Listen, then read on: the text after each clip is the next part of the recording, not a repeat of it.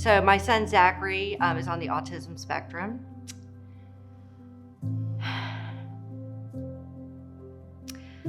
And it's been a really long journey with my son. And the Lord's done amazing things.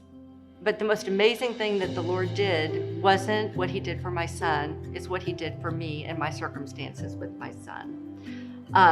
When Zachary was young, he couldn't talk. He had lots of erratic, strange behaviors, often repetitive. But probably the single most debilitating part of his challenges, he could not regulate himself emotionally. And so we would have meltdowns. We would have to physically restrain our child. We were doing therapeutic holds. We were in therapeutic day schools. We were getting thrown out of the therapeutic day schools because, we just could not be.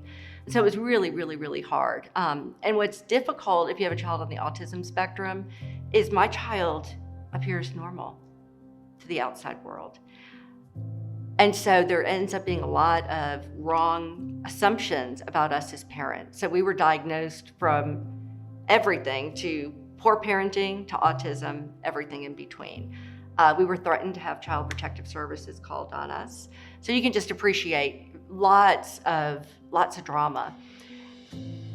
And I just needed God to fix it. And so I would lay my hands on my son every night. I'd say, Lord Jesus, please heal my son.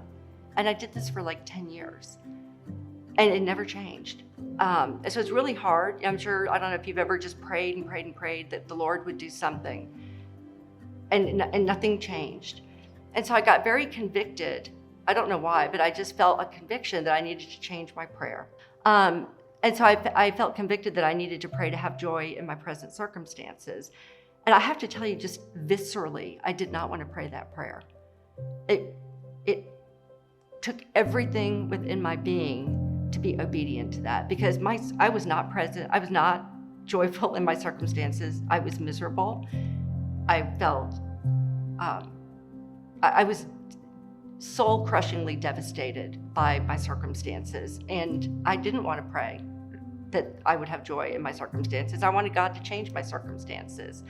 And our circumstances did not change. But after about a year of praying that, the Lord ripped the veil off of the sadness of my heart.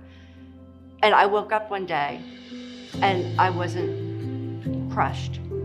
I woke up and I felt joy in my present circumstances. And I was so blown away by that. That was such a gift. It was such a miracle. And what I realized is that I had allowed that grief to just cover everything in my life.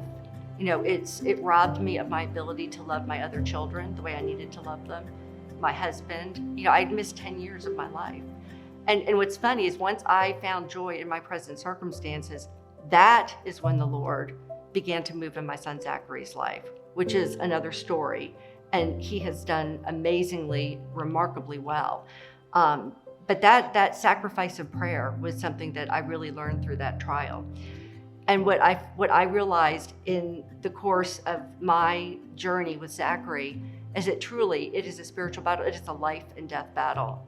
And if I'm going to wage war, I have to know how to fight the battle. If I don't know what kind of battle is, I cannot wage war effectively. And so prayer, praise, thanksgiving, the sword of truth, the helmet of salvation, all of those things, those were the weapons. And the Lord had to be the warrior. In my entire journey with Zachary, the Lord was the warrior. The Lord had to go before us. The Lord had to make the way. The Lord had to heal my son. The Lord was where my hope was. And that's my fight story.